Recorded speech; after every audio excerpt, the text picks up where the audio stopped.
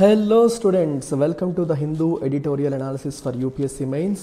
1st June నుంచి మన LTX క్లాసెస్లో న్యూ బ్యాచెస్ స్టార్ట్ అవుతున్నాయి ఆన్లైన్లో మరియు ఆఫ్లైన్లో.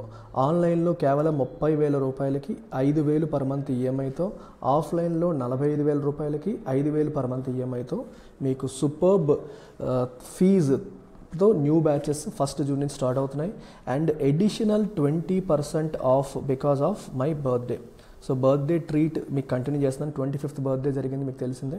సో 31st వరకు కూడా బర్త్డే ట్రీట్ రన్ అవుతుంది. 20% ఆఫ్ అంటే ఈ 30,000 పైన 45,000 పైన కూడా మీకు ఎడిషనల్ డిస్కౌంట్స్ కూడా బర్త్డే ట్రీట్ వల్ల వస్తాయి. సో ఈ నెంబర్కి మీరు కాంటాక్ట్ చేసి వివరాలు కనుక్కోవచ్చు. సో ఈ ఆపర్చునిటీ మళ్ళీ రాదు, ఉపయోగించుకోండి. So look at this editorial. ఇది where animals are dying by 1,000 cuts అనే టైటిల్తో మనకు కనిపిస్తుంది. అంటే ఈ యానిమల్స్ నుంచి మనకి క్రాప్స్ని కాపాడుకోవడం కోసం ఈ రైతులు చేసే ప్రొటెక్టివ్ మెజర్స్, ఫెన్సింగ్ మెజర్స్ ఏవైతే ఉంటాయో, సో ఎలక్ట్రిక్ ఫెన్సింగ్ కావచ్చు, ఎలాంటివి కావచ్చు, వాటిని టచ్ చేసి యానిమల్స్ చనిపోతున్నాయి. సో దానికి సంబంధించి ఆర్టికల్ ఇది. సో బ్రాడ్ లెవెల్లో హ్యూమన్ వైల్డ్ లైఫ్ కాన్ఫ్లిక్ట్ కింద తీసుకోవచ్చు, లేదా హ్యూమన్ యానిమల్ కాన్ఫ్లిక్ట్ అనే ఆస్పెక్ట్లో మన యూపీఎస్సీకి వస్తున్నది. ఇది GS3 environment and ecology point of వ్యూలోను, ఎకనామీలో అగ్రికల్చర్ పాయింట్ ఆఫ్ వ్యూలో, అగ్రికల్చర్కి ఉన్న సమస్య పాయింట్ ఆఫ్ వ్యూలో కూడా దీన్ని చూడొచ్చు.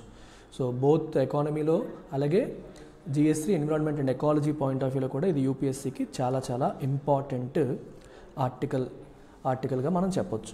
సో ఈ ఆర్టికల్ని మనం ఇప్పుడు డీటెయిల్డ్గా డీల్ చేద్దాం. సో ఈ ఆర్టికల్ యొక్క సారాంశాన్ని నేను సెపరేట్గా వైట్ బోర్డ్ మీద నీట్గా చెప్పేస్తాను, మీకు ఈజీగా అర్థమయ్యే రీతిలో. సో ఎటువంటి కన్ఫ్యూజన్ లేకుండా క్లియర్గా మీకు అర్థమయ్యే రీతిలో నేను వైట్ బోర్డ్ మీద డీల్ చేస్తాను. సో మనం ఏం చేద్దామంటే let start with the issue. So ఈ ఆర్టికల్ ఏ ఇష్యూ గురించి మాట్లాడుతుంది అనేది ఫస్ట్ మాట్లాడదాం.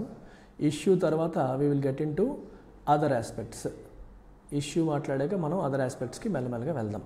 అసలు ఇష్యూ ఏంటి?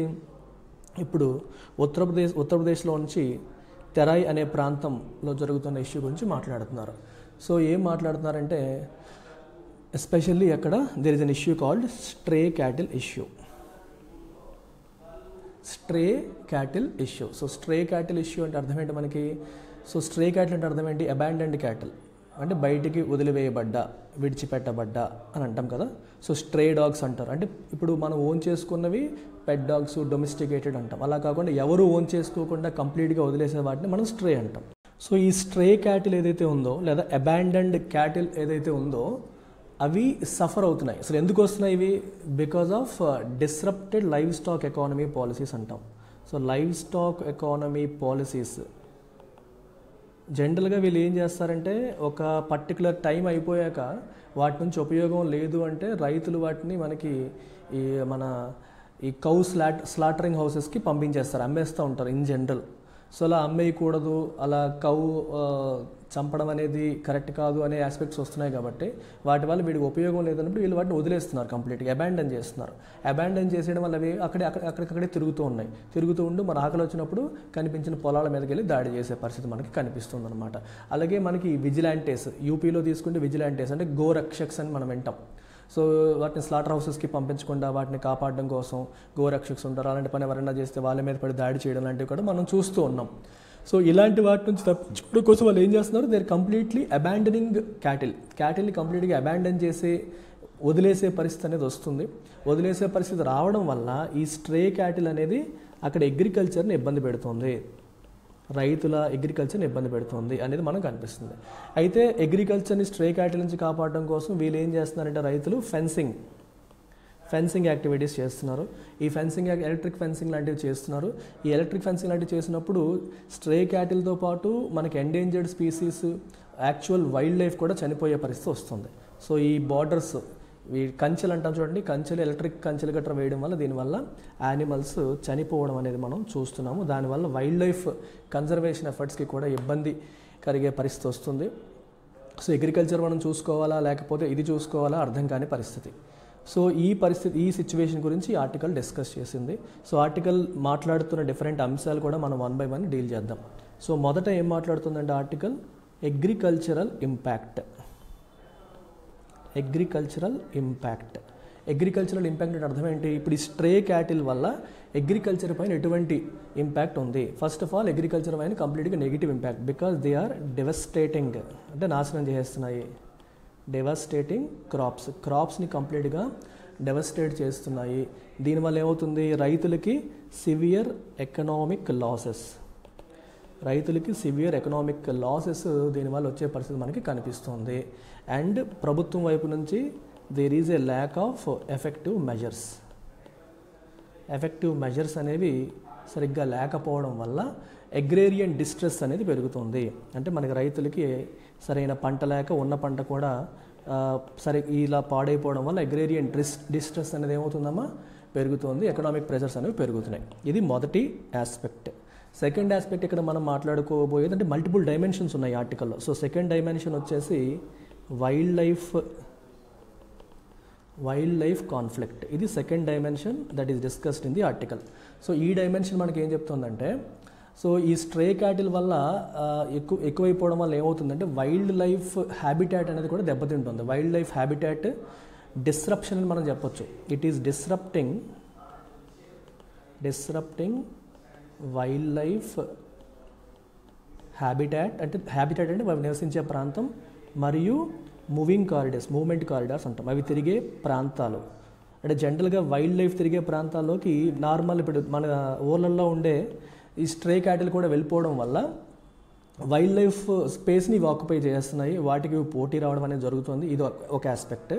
ది అదర్ ఆస్పెక్ట్ ఏంటంటే ఫార్మర్స్ యూజ్ చేస్తున్న డెడ్లీ మెజర్స్. ఫార్మర్స్ వాళ్ళ పొలాల్ని కాపాడడం కోసం డెడ్లీ మెజర్స్ వాడుతున్నారు. ఎలాంటి మెజర్స్ అంటే హై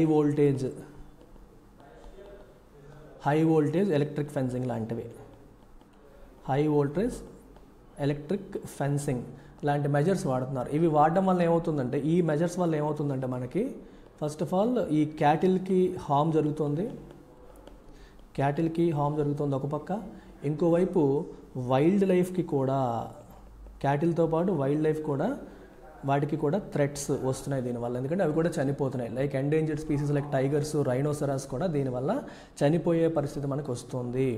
సో వైల్డ్ లైఫ్ ఎక్స్టెన్షన్కి కూడా ఇది కారణం అవుతుంది అనేది కూడా మనం ఇక్కడ చూడాలి. ఇది రెండో ఆస్పెక్ట్ ఆర్టికల్లో డిస్కస్ చేసింది.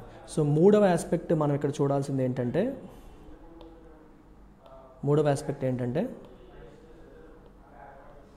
థర్డ్ ఆస్పెక్ట్ వచ్చేసి డిసీజ్ ట్రాన్స్మిషన్. అంటే ఒక్కొక్క ఇష్యూని మనం మల్టిపుల్ డైమెన్షన్స్లో చూసుకోవాలనేది మీకు ఇక్కడ అర్థమవుతుంది. సో థర్డ్ ఆస్పెక్ట్ ఏంటమ్మా? డిసీజ్ ట్రాన్స్మిషన్ అంటాం. సో డిసీజ్ ట్రాన్స్మిషన్ ఏంటి? ఇప్పుడు స్ట్రే క్యాటిల్ అనేసరికి అవి అన్వాక్సినేటెడ్, వాటికి వ్యాక్సినేషన్ గట్రా చేయం కదా. సో అన్వాక్సినేటెడ్ స్ట్రే క్యాటిల్ అయిపోతాయి ఇవి. వదిలేసేటప్పుడు వాటిని ఎవరు పట్టించుకుంటారు? మనం కుక్కను పెంచుకున్నాం అనుకోండి, వ్యాక్సిన్లు వేస్తాం, అన్నీ చేస్తాం. వదిలేసాం అనుకోండి, దానికి ఏది ఉండదు. సో దీనివల్ల ఏమవుతుందంటే there is a high risk of transmitting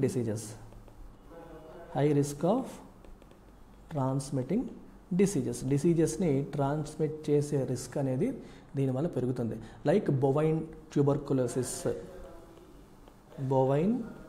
tuberculosis లాంటి డిసీజెస్ ట్రాన్స్మిట్ అవ్వడానికి అవకాశం ఉంది.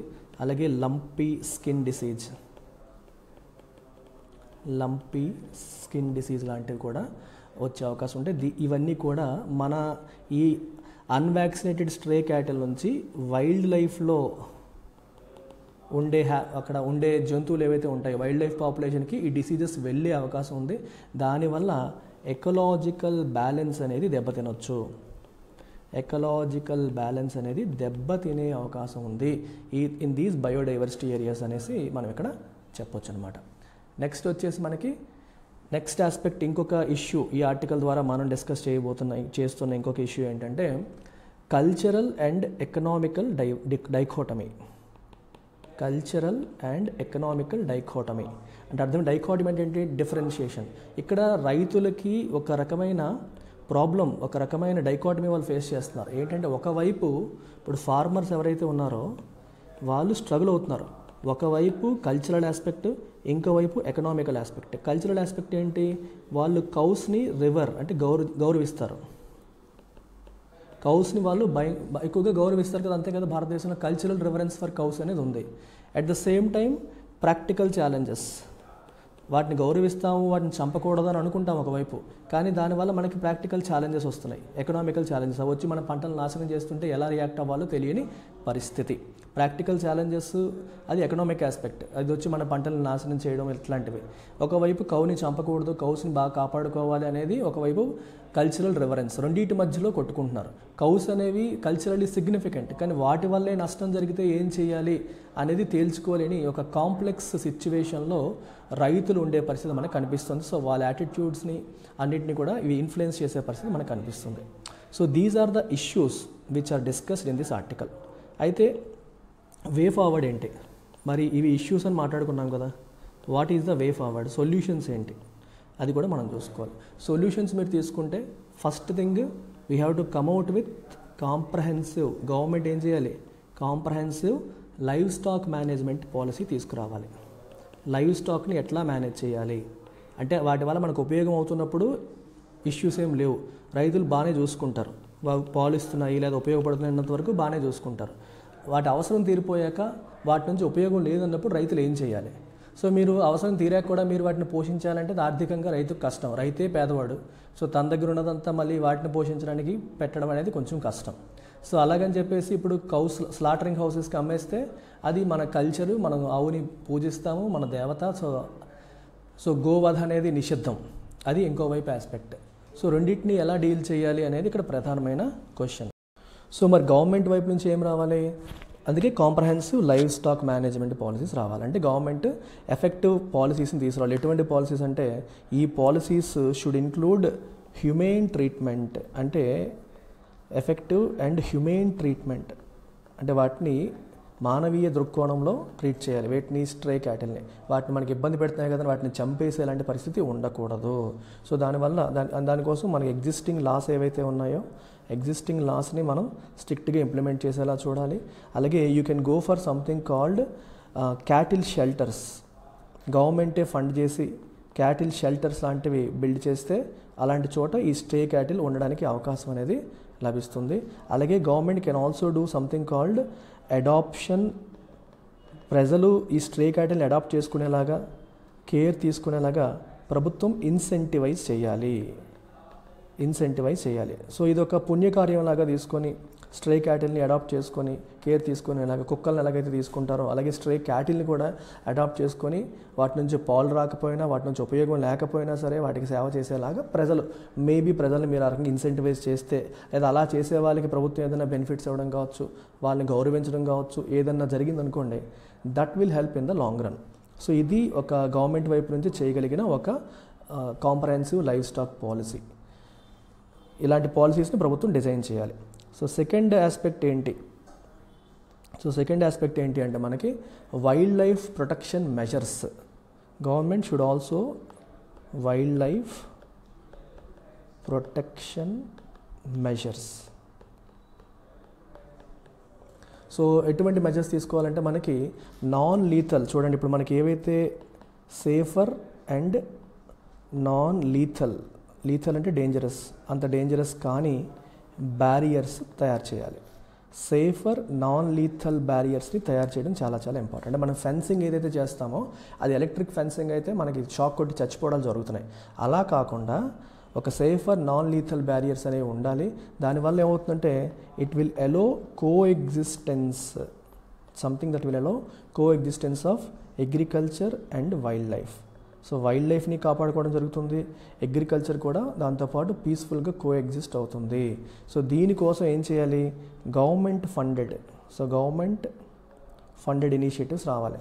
Government funded wild life friendly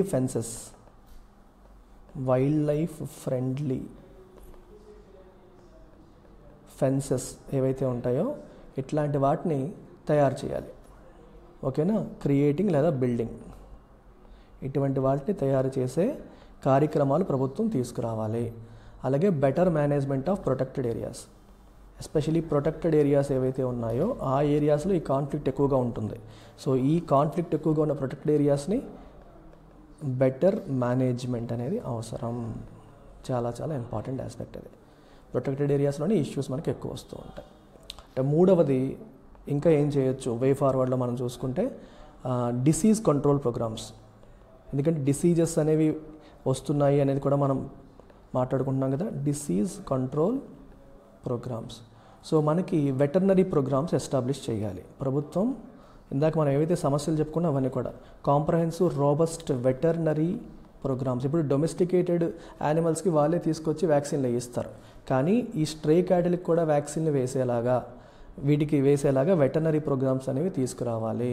అలాగే డిసీజ్ అవుట్బ్రేక్స్, వాటికి కూడా వ్యాక్సినేషన్ మరియు డిసీజ్ అవుట్బ్రేక్ని మానిటర్ చేసే మెకానిజమ్స్ అనేవి తీసుకురావాలి. అలాంటి వచ్చినప్పుడు మనకి డిసీజ్ ట్రాన్స్మిషన్ అనేది తగ్గుతుంది. And most importantly community engagement, ఇది చాలా చాలా ఇంపార్టెంట్. కమ్యూనిటీ ఎంగేజ్మెంట్ అనేది చాలా ఇంపార్టెంట్. సో ఇలాంటి ప్రోగ్రామ్స్ తీసుకొచ్చేటప్పుడు ప్రభుత్వం ఏకపక్షంగా వెళ్తే పని అవ్వదు.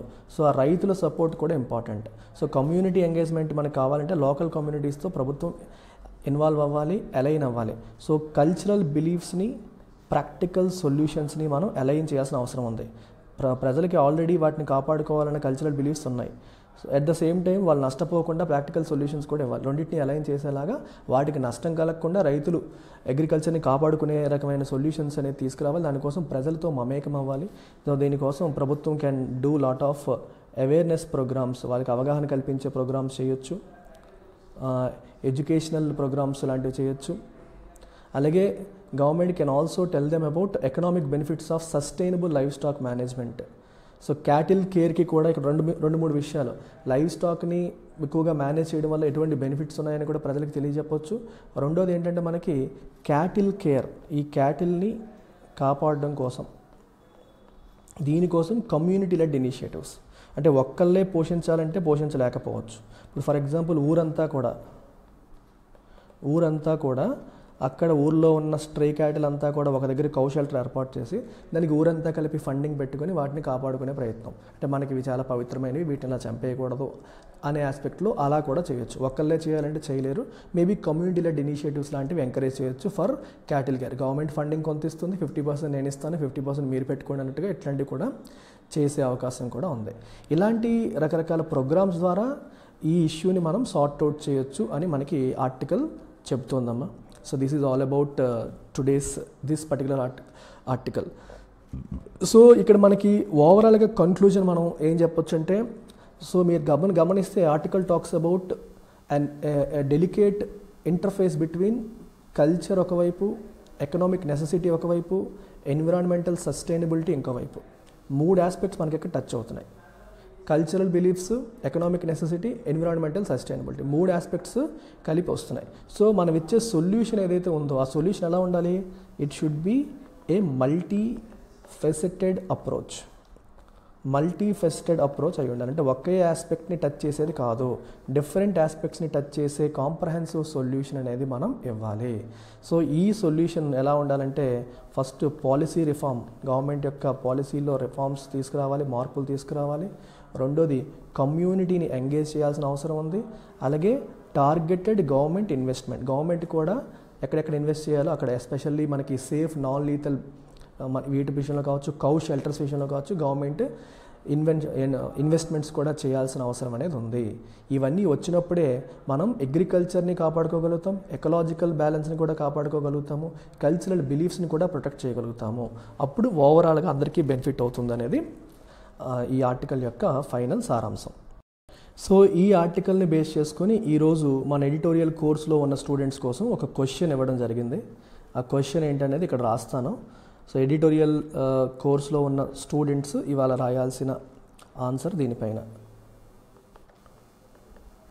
Discuss the multi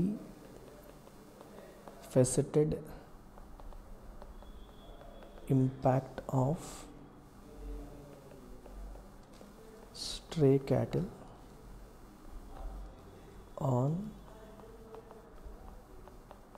agricultural practices, wildlife, socio-economic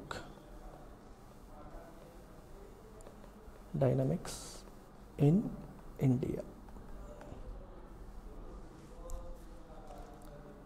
suggest measures